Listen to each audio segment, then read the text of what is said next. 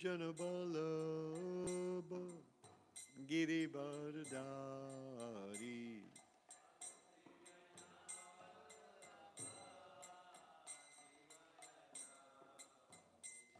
Yasodanandana Brajajana Ranjana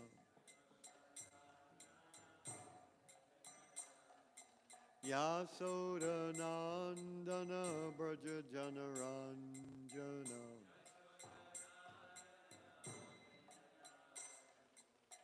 Yamunatira Vanachari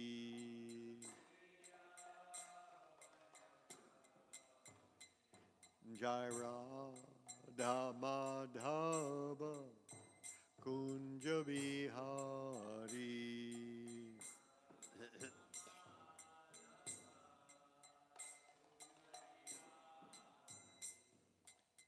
Hare Krishna Hare Krishna Krishna Krishna Hare Hare Hare Rama Hare Rama Rama Rama Hare Hare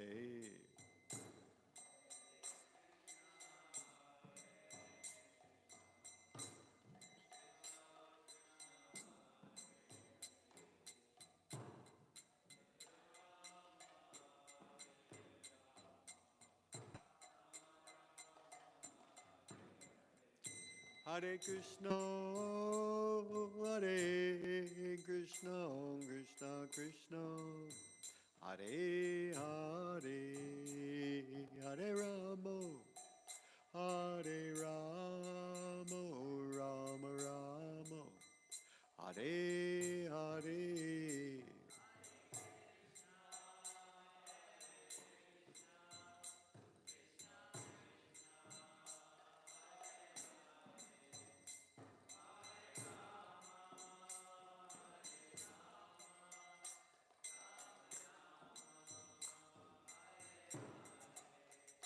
Jaya Prabhupada, Prabhupada, Prabhupada, Jaya Prabhupada.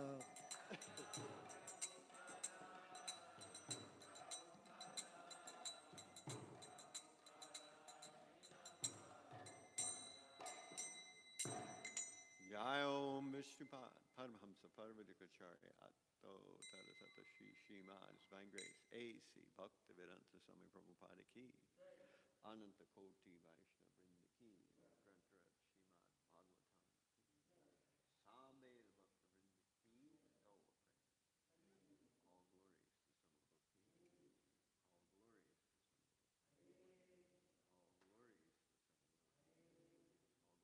to Shri Guru and Shri Gauranga.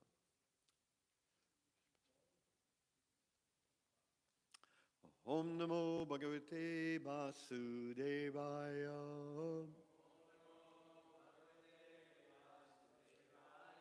Om Namo Bhagavate Vasudevaya.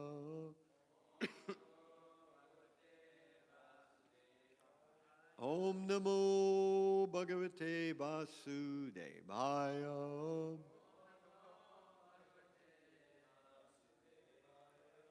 Om Ajnanatimidandasya Gananjana Shalakaya Chakshur Anmilitam Yena Tasmai Shri Gurave Namaha Shri Chaitanya Manobishtam Shtapitam Yena Bhutale Swayam Rupa Kadamahyam Dadati Swapadantikam Vandeham Shri Guru Shri Yuta Pada Kamalam Shri Gurun Vaishnavam Cha Shri Rupam Sagrajatam Sahagana Ragunatanvitam Tam Sajivam Sadvaitam Savadhunam Parijana Sahitam Krishna Chaitanya Devam Shri Radha Krishna Padan Sahagana Lalita Shri Vishakanvitam Cha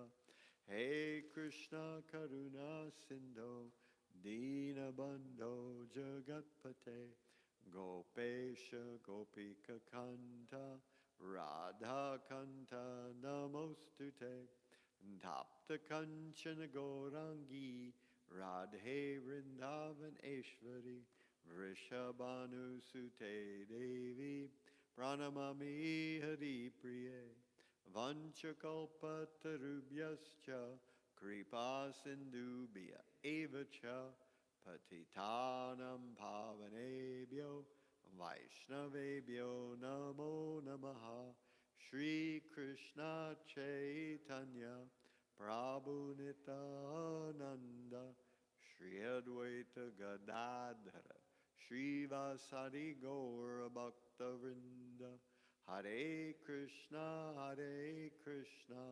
Krishna Krishna Hare Hare Hare Rama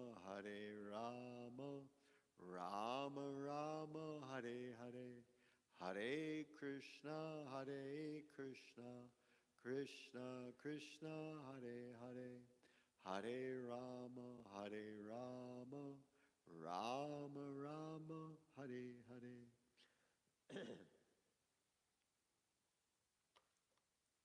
So today we are on Canto 3, Chapter 13, Text 43.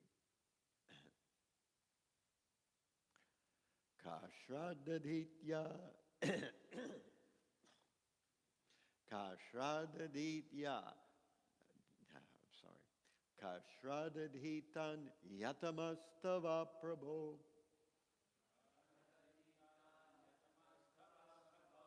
Kashradadhitan Yatamastava Prabho Rasam Gataya Bhuva Ud Vibharhanam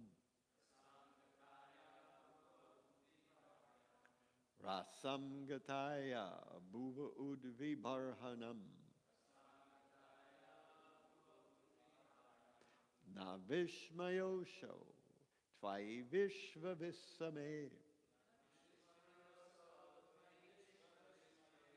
Navishmayosho Tvai Vishva Vismaye Yo Maya Yedam Sasurjay TV Smayam Yo Maya Yedam Sasurjay TV Smayam Kashradhadityan Yatamastava Prabho Rasam Gataya Bhuva Udbibharhanam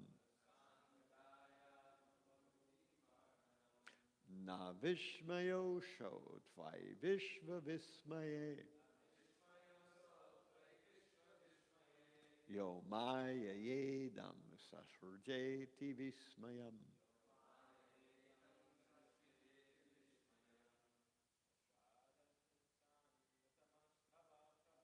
Kashradhadityan Yatamastava Prabho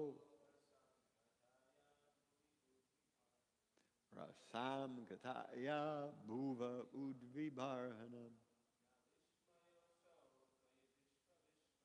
Navishmayosho Tvai Vishva Vismaye Yo Maya Yedam Sasurjeti Vismayam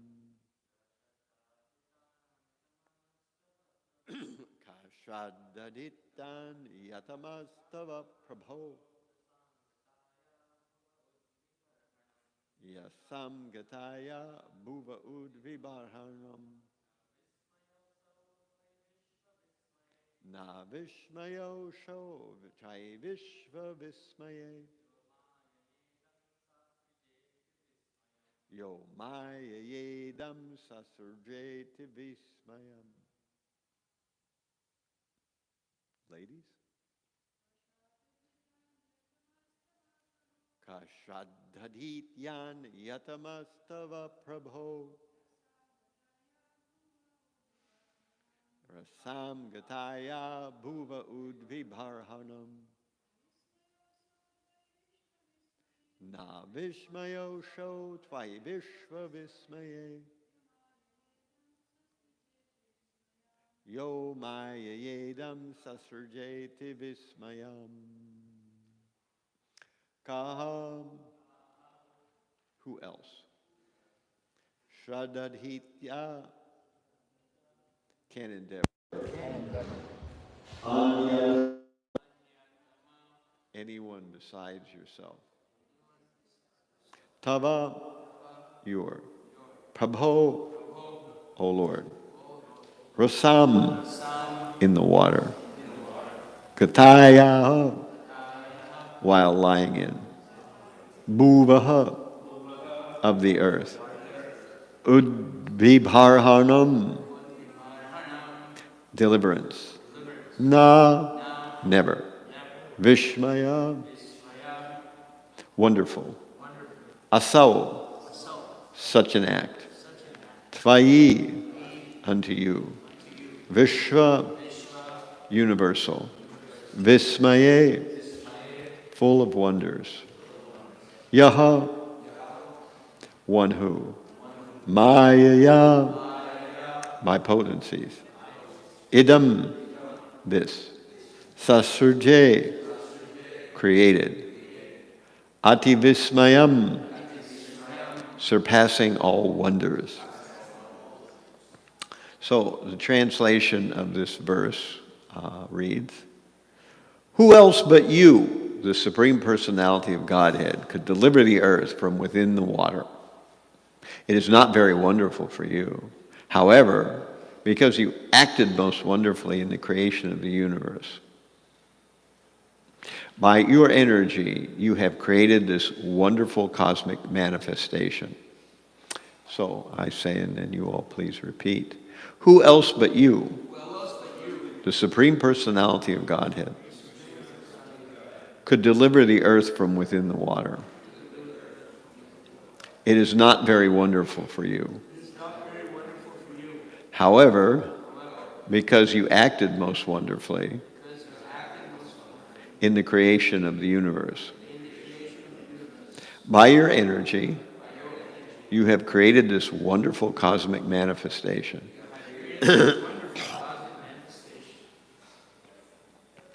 So the purport reads, when a scientist discovers something impressive to the ignorant mass of people, the common man, without inquiry, accepts such a discovery as wonderful.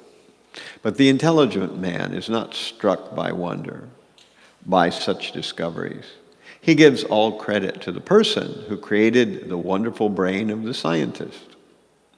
A common man is also struck with wonder by the wonderful action of material nature, and he gives all credit to cosmic manifestation. The learned Krishna-conscious person, however, knows well that behind the cosmic manifestation is the brain of Krishna as confirmed in Bhagavad Gita 9.10. Maya dakshena prakrite suyate sacharacharam. Since Krishna can direct the wonderful cosmic manifestation, it is not at all wonderful for him to assume the gigantic form of a boar and thus deliver the earth from the mire of the water. A devotee is therefore not astonished to see the wonderful boar because he knows that the Lord is able to act far more wonderfully by his potencies, which are inconceivable to the brain of even the most erudite scientist. Kashradadityan yatamastava prabho rasam gataya bhuva udvibharhanam na vishmayo shotvai vishva vismaye yo maya yedam sasrajeti vismayam. Who else but you, the Supreme Personality of Godhead, could deliver the earth from within the water? It is not very wonderful for you, however, because you acted most wonderfully in the creation of the universe. By your energy, you have created this wonderful cosmic manifestation. So it's kind of interesting that in this verse we kind of have a backtracking back and forth between is it wonderful or it's not wonderful. When we say the Lord's activities are wonderful, there's certainly things that we could not do, and for that reason they're wonderful. But the fact that the Supreme Lord can do them, in one sense, is not wonderful. What can't he do? There's nothing he can't do. So in that sense, it's not wonderful. So it's wonderful, yet it's not wonderful.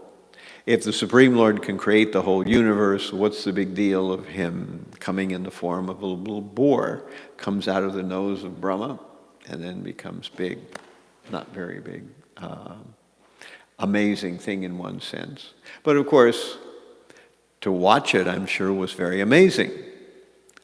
To be in the presence of the Supreme Lord manifesting himself from the nose of Brahma must have been very amazing and very wonderful. So it is wonderful and it isn't wonderful at the same time.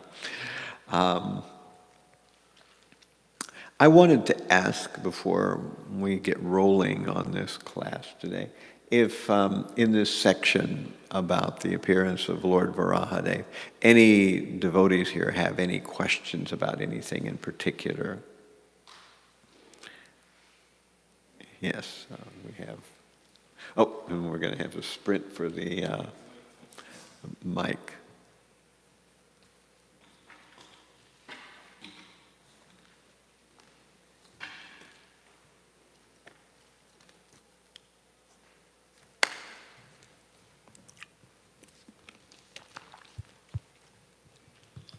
I was thinking, Hare Krishna, Hare Krishna, Hare Krishna, Hare Krishna. It's coming out, okay.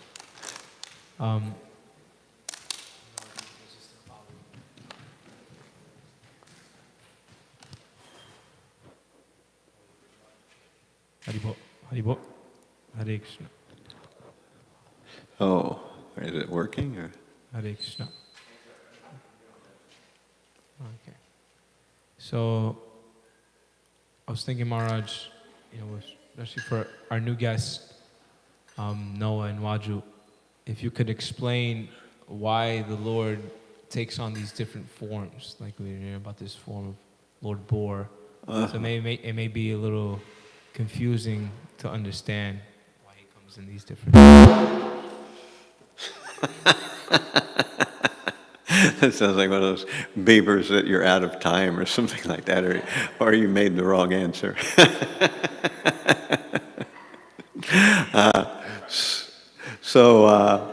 Yes, the Supreme Lord comes in unlimited forms. It is said in the Vedas that the Supreme Lord has many forms and incarnations, more numerous than the waves upon the ocean.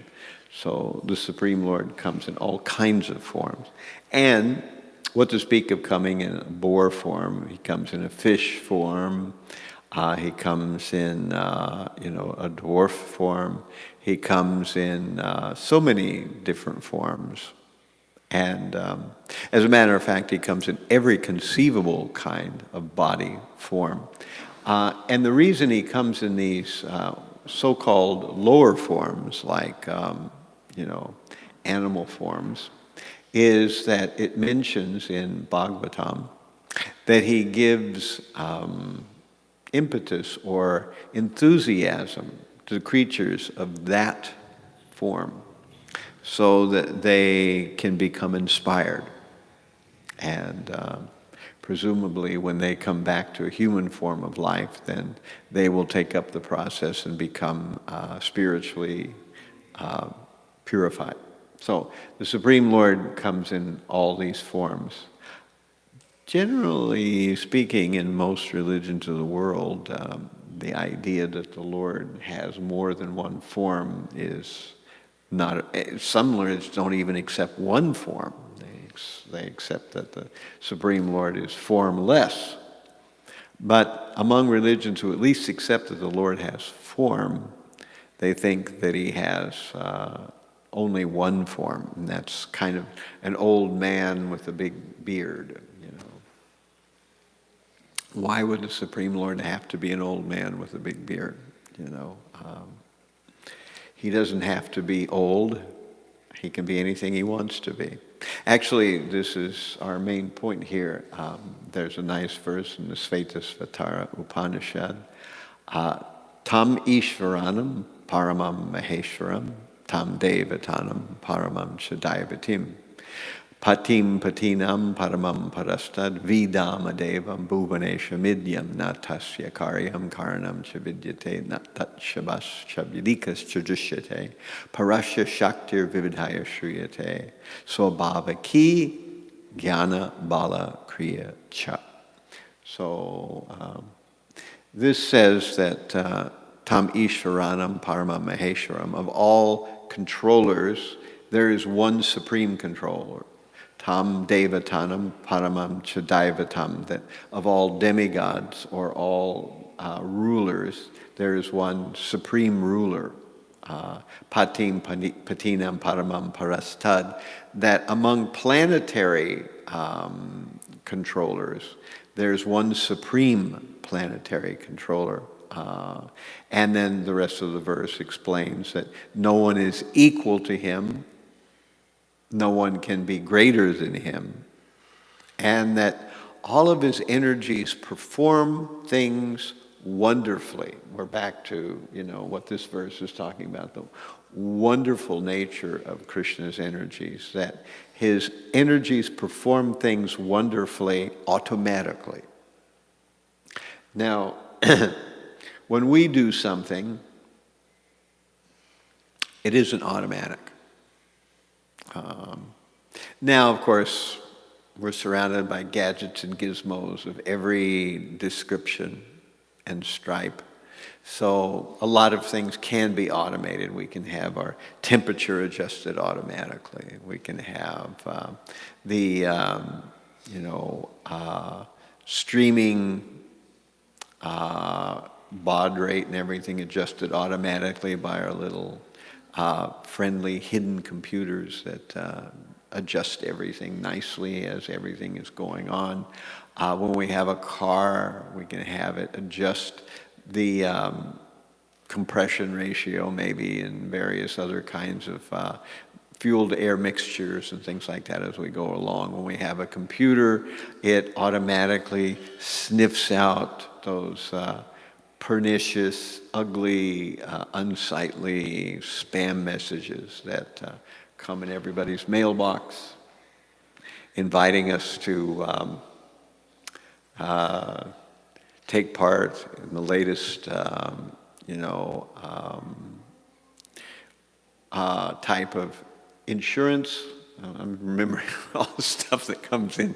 Insurance things. Of course, there's your Prince of Nigeria scams. There's the things about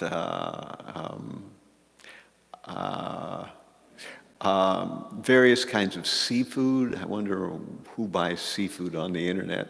And eyeglasses, Warby Parker, and all these kinds of things. So there's a certain little computer that's sniffing those things out, snagging them so that we can summarily dump them into the trash.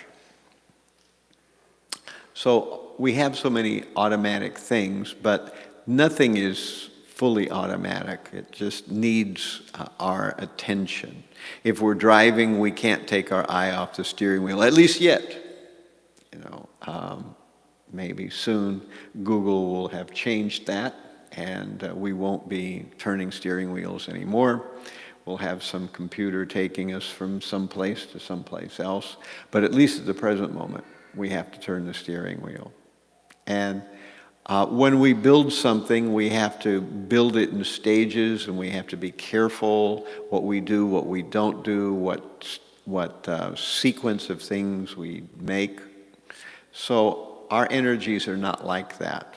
But Krishna's energies are automatic. If he wants to do something, it just unfolds the way he wants it to unfold. So he is not limited in the way his energies work. Swabhavaki Jnana Bala Kriya Cha. that his energies can accomplish anything. As a matter of fact, he can impregnate with his eyes. He can eat with his eyes. We can't do that. He can do anything with any part of his body because he is unlimited. What we experience in the material world are all these limitations that are not actually natural. They're all imposed upon us in this material world. So we have to do things in exactly a certain way. And if we aren't careful, the food will burn. We'll run off the road on the right side, and that, those little wake-up things will go ramp, ramp, ramp, ramp, ramp, ramp, so we come back to consciousness. If we don't pay attention, these things will not work themselves out. But for the Supreme Lord, his energies can do anything. So if he's like that, it's surprising that sometimes he doesn't do things like that. Sometimes he doesn't have his energies just take care of something. Rather, he takes care of it himself. He saves a devotee. He creates the material universe. He could have it just, boom, appear. But instead, he creates the energies and he gives Brahma the details on how to unfold it. So that's the nature of the Supreme Lord, that his energies are wonderful. Now, we are here discussing the Lord's incarnation as a boar. But know for certain that we're in chapter 13, but in chapter 18 and 19, this whole story will be much more elaborately explained, so we haven't gotten there yet. But right now we're just hearing an overview of the fact that Lord Boar fights with the demon Hiranyaksha. And as a matter of fact, I was curious about this, so I did some research. And yes, there are two boar incarnations, the Shukla and the Rakta one. The Shukla, or white incarnation, comes in the Swayambhuva Manu, or Manvantar, which is the first of the Manvantars. And the Rakta, or red incarnation, comes in the Chakshusha Manvantar, which is the one just before the one that we're in now. We're in the Vaivasvata, so the Chakshusha is the previous one. And according to a BTG article in 2007, it describes that in the Shukla incarnation, there was no fight with Hiranyaksha. That happens in the Rakta incarnation, where Hiranyaksha decides that he wants to throw the earth into the Garbhodaka ocean. But in the Shukla incarnation, the earth is there because it's always there, as at the end of the day of Brahma, when everything gets merged into the waters of devastation, it's always there. So that's its usual position, and Lord Boar lifts it up on his tusk, And then we'll find out in a couple of verses that he touches it with his hoof, and that makes it float, just like Lord Rama had the monkeys write Rama as his name on the stones. And when they threw the stones in the water, instead of sinking, the stones floated. So he built a bridge to Lanka with stones that float. We know that stones don't float, but if they have Ram's name on it, that's been inscribed there by very devotional monkeys, they can float. And what's interesting is that there is an image from NASA, outer space, the tip of India, and you can see there's some kind of a bridge between Lanka and India. There's actually, it's called a shoal, and naturally, the scientists called it Adam's Bridge, because they didn't care at all about Indian culture, and they wanted to give it another name just to kind of push out what was an obvious connection there between Ramachandra and the monkeys building a bridge to Lanka. So they called it Adam's Bridge. But at any rate, this is the nature of the Supreme Lord. He can do anything in any kind of way, in the material world or in the spiritual world. But sometimes he plays by his own restrictions. Sometimes the Supreme Lord does something in the way a common man might do it. Krishna sometimes asks people for opinions, as if his opinion wasn't the final one. Sometimes Krishna appears perplexed, like when Aghasura demon was swallowing up all the boys. They all walked into his mouth. The boys were thinking, oh, look at this big thing. It looks like a cave. Or maybe it's a giant demon. Well, if it's a demon, we'll go in there anyways, because I know Krishna will save us somehow or other. So they went in there, and then as they were walking in, they said, yeah, it's probably a demon because it smells bad in here. And so they went in, and the demon tried to swallow them, but Krishna was perplexed for a minute, thinking what to do. And then he went in following the boys, and then he became bigger and bigger and choked up the demon's breathing, so the demon's life air burst out of the top of his head, and he was finished. So, as Prabhupada says in the purport, the scientists have some kind of gadget or gizmo that they make, and many people think this is wonderful, and I guess in some ways it's wonderful. But it's nothing on the level of what the Supreme Lord does. And as Prabhupada says, we can actually ask the question, well, who gave the scientists that amazing brain to think of things? And we can ask the simple question, why is it that some people think of these amazing things, Some people would never think of them in a million years, whereas some scientists, they sit around one day and they think, well, why don't we put this together and this and that? Oh, we made a radio. Oh, we made a Wi-Fi device. Oh, we've come up with a new computer language. Oh, we have created Meta. Or some other, new item like that. So where does this realization come from? And we know that the inspiration actually comes from the Supreme Lord. The Supreme Lord is the one that suggests or gives a person that thought to go down this road and combine these two things, and then suddenly a new material gadget appears as a result of their engineering. So the Supreme Lord, however, is always the final bottom line. So you have in the Vedic literature that everything is created of Krishna's energies. And we find out these energies are intelligent energies. They can act on their own if they need to. So, whereas from the scientific point of view, we see or hear that everything is made of atoms. And the atoms are not intelligent. They just do a couple of things, They have various properties that quantum physics ascribes to them. And they play by those rules of quantum physics, and we get a lot of other things happening. But what's the difference between these two explanations? There's nothing wrong with describing atoms. The Vedas also describe atoms. But the Vedas ultimately tell us that the atoms are Krishna's energies, whereas the scientists never tell us that.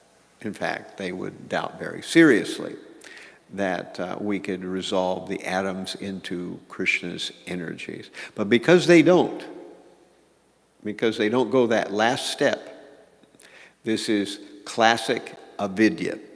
So if we look at Ishopanishad, verses 9, 10, and 11, we have this idea that those who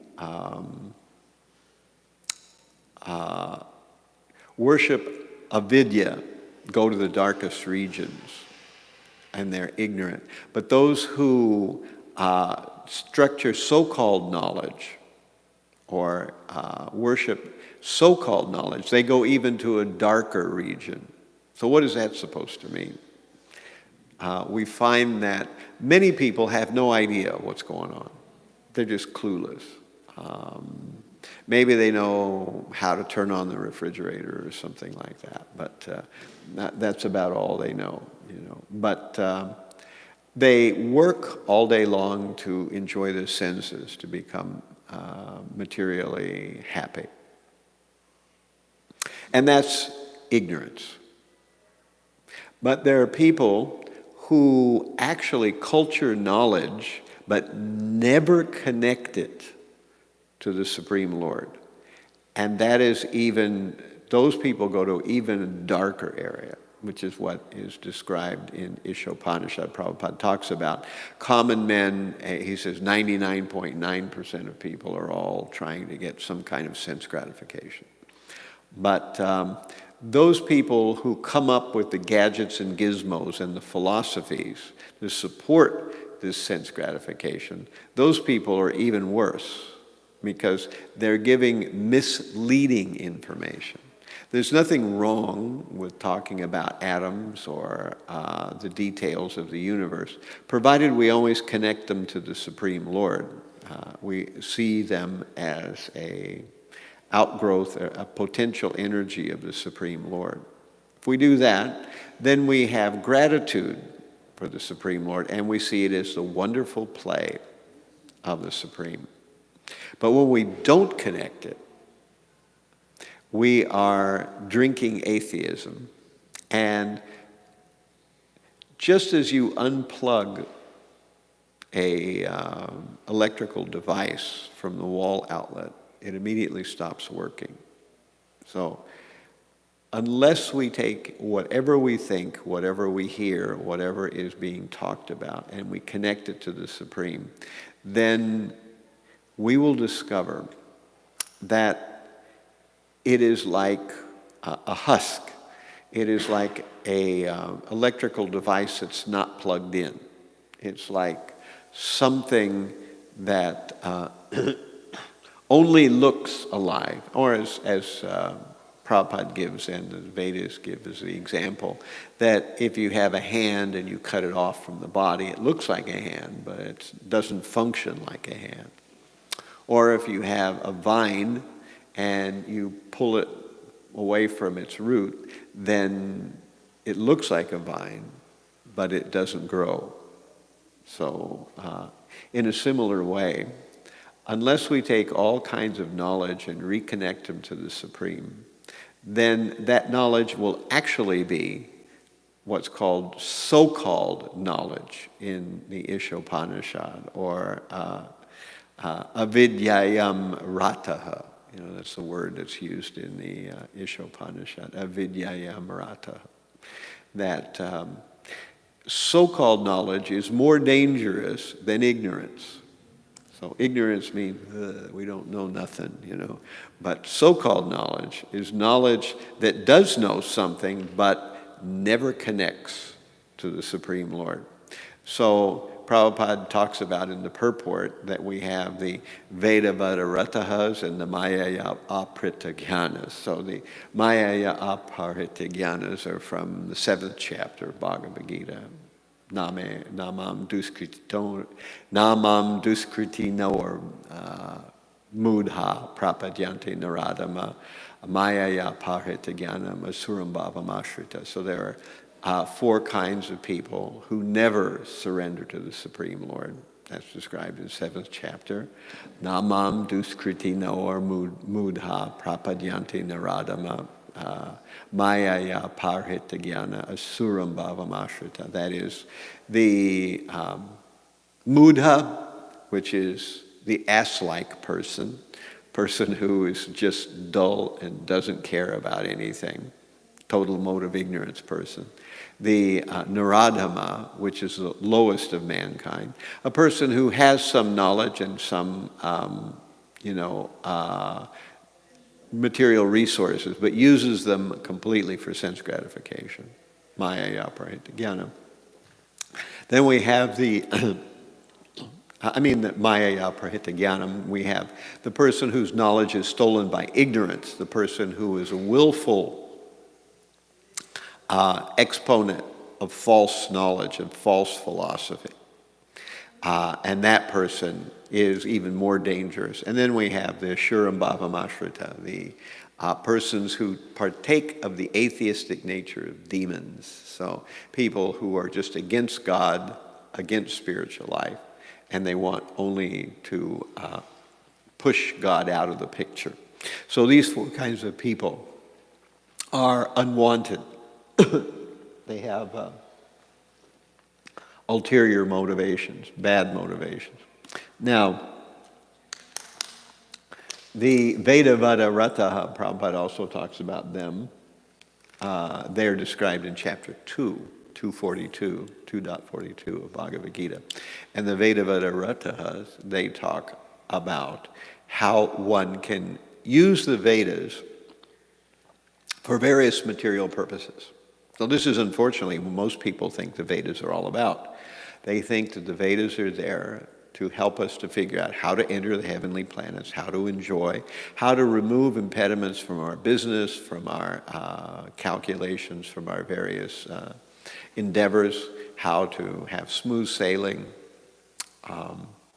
And so there are many prescriptions or many various kinds of observances. And people do that for material benefit, but this is a waste of time. So the Vedas do indeed have all these rituals, but for a person who actually has intelligence, they do not at all find any interest in those things, but instead try to push aside the goal of material happiness, the goal of material accumulation, and instead try to please the Supreme Lord. So that's actually what the real purpose of the Vedas is. And so these two groups, the Maya Parhitagyanas and the Vedavada Ratahas, as Prabhupada puts it, they are ones who actually try to sow the seeds of misleading knowledge in the society of human beings. And this causes humans to waste their lives. So I'll pause at this point and see if we have any questions or comments.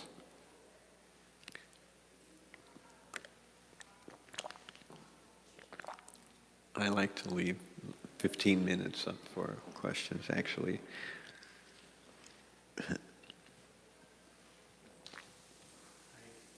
Oh, no working.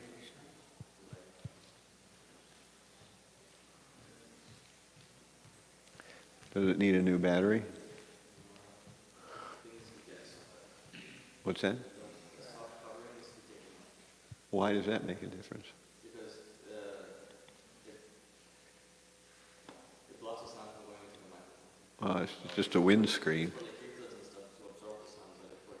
When the person speaking into this one. Yeah, it's a pop screen. That's what. So that when you make a P, it doesn't make the microphone go pop. That's what those soft things are. The fuzzy ones, the ones they call dead cats, those are for being outside with wind.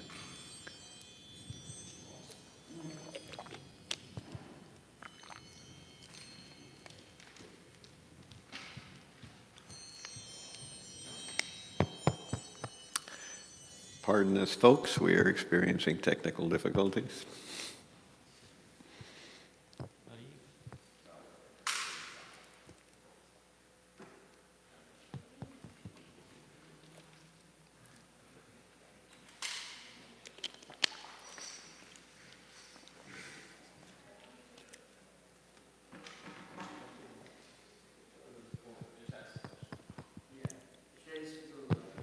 What's that?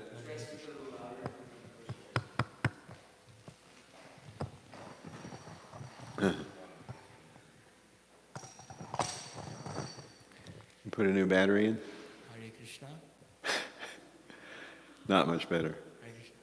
So my question was, thank you for the class. You were mentioning about the Maya Praharita Gyanas and the Veda Vadaratas. Both of those groups or types of people, they get their sources, their primary source is the Vedas, and Krishna says Vedanta Krit Veda Videva Chaham, that I am to be known in the Vedas. So, Right. is there a reason why they're, even though we're reading the same book, what's that?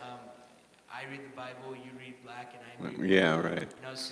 Both you and I read the Bible day and night, yet you read black and I read white. I think that's from Milton's Paradise Lost or something. Yeah, so it's kind of bewildering how they're reading the same book, Uh-huh. and it can be, they can misconstrue it to just like we're getting devotional service out of taking the essence of the Vedas, but they can get actually deeper into sense gratification if they read the flowery words of the Vedas. Can you elaborate more on that point? Yeah, that's an interesting phenomenon. Actually, the reason is that, in Srimad Bhagavatam, we have that section where Veda Vyas feels despondent, and his spiritual master, Narada Muni, comes and he says, "My dear Veda Vyas, why are you despondent? You are replete with all necessities for spiritual knowledge." Of course, he knows what's up, but he's kind of testing Veda Vyas. And Veda Vyas says that maybe I haven't described and given primary focus to the glories of the Supreme Lord. So that's the answer. And then later on, Narada Muni tells Veda Vyas that indeed you have expanded the glories of various kinds of fruitive activities, and this is unreasonable. In fact, he uses the word jugupsitam, which means abominable. And so this is what actually is there. We have the Vedas, which are about 98%, if not more, all about various fruitive activities. If you read the Rig, Sama, Atharva, and Yajurveda, what's there? Various glorifications of demigods and understanding how to perform various rituals for their sake and their satisfaction, et cetera, et cetera. And mostly it's all like that, but only in Srimad Bhagavatam and in Bhagavad Gita, which is just one chapter of the Mahabharata, does another message appear. And so that's why the Vaishnava Sampradaya and the Vaishnava Acharyas, they pull this out of the rest of the Vedas, saying that this is the real purpose of the Vedas. And Krishna is making it plain in Bhagavad Gita when he talks about Veda Vadarataha, because that's what he's talking about. And he says, my dear Arjuna, the Vedas mainly deal with the three modes of nature. Krishna is making it flat out. So if someone comes to the Vedic knowledge without the aid of a spiritual master from a Vaishnava Sampradaya, then undoubtedly they'll get the wrong idea. Undoubtedly, without even a hope of a chance. Because if 98% of the Vedas is all these various fruitive activities, anywhere you bite on, mostly you're going to be hearing about fruitive activities. Why shouldn't you come to the conclusion the purpose of the Vedas is to, go to heaven and enjoy various fruitive activities? It's only unless you're introduced to the Vedas through the agency of a bona fide spiritual master in a bona fide sampradaya, will you know that these are the lower goals of the Vedas, And so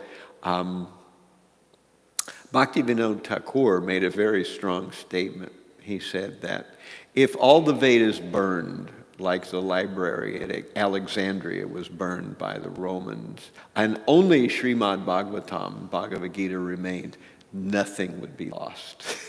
So it just shows that why we have to be introduced to Vedic knowledge through the agency of a bona fide spiritual master. Otherwise, it's almost taken for granted, almost sure that we'll we'll get the wrong conclusion from it. We'll think that the real purpose of the Vedas is these various sacrifices, and what to speak of that, you've had centuries of confusion in India, from the time when, the Vedas gradually became warring factions, during the time before Christ, during that time. And then gradually Buddhism took over and pushed out the Vedas for many, many centuries. And then after Buddhism was pushed out by Sankaracharya, he put in impersonalism. So is it any wonder that it's so confused for most people? But in spite of all these, as the Srimad Chaitanya Charitamrita said, all these sharks and crocodiles of various theories, we can swim over the ocean of various sharks and crocodiles of various theories simply by the aid of a bona fide spiritual master who says, no, it's not that. And he can point to the right verses. And therefore we have what's known as the Siddhanta, those verses that are important and those verses that are not so important. And by looking at the Vedas through the eyes of what's actually important, then we never make this mistake. But if we don't know at the beginning what's actually important and what's not, then certainly we'll make the mistake, And so this is, Prabhupada calls this, and this is called by other Vedic exponents of Mahavakya. So great sayings, the Mahavakya is those sayings which we construe or we view the rest of the Vedic literature through the eyes of those great sayings, like that Krishna is the Supreme Personality of Godhead, there's no other second or equal to him, that service to Krishna is the goal of the Vedas, or it says in Bhagavad Gita, that by all the Vedas am I to be known, indeed I am the compiler of Vedanta, so Krishna is saying that. So we're seeing the rest of the Vedic literature through that perspective.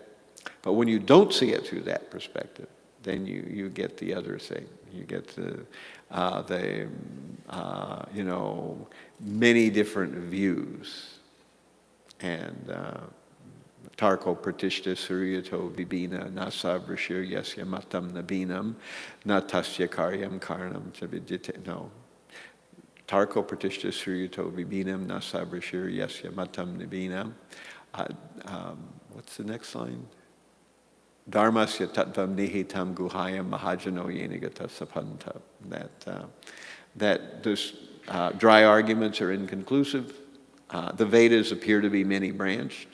And a Muni, or a great thinker, is not distinguished unless he says something different from other great thinkers. Therefore, the solid truth of Vedic knowledge can only be understood is hidden in the heart of a pure devotee. Therefore, as the Vedas enjoin, we should seek out whatever path the great Mahajans enunciate and follow that.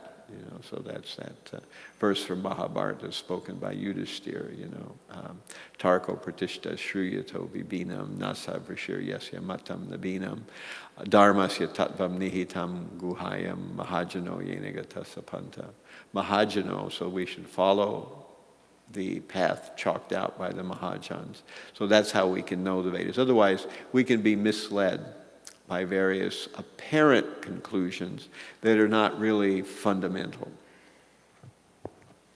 Thank you.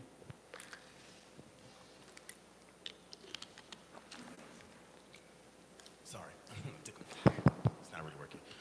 Thank you for the class.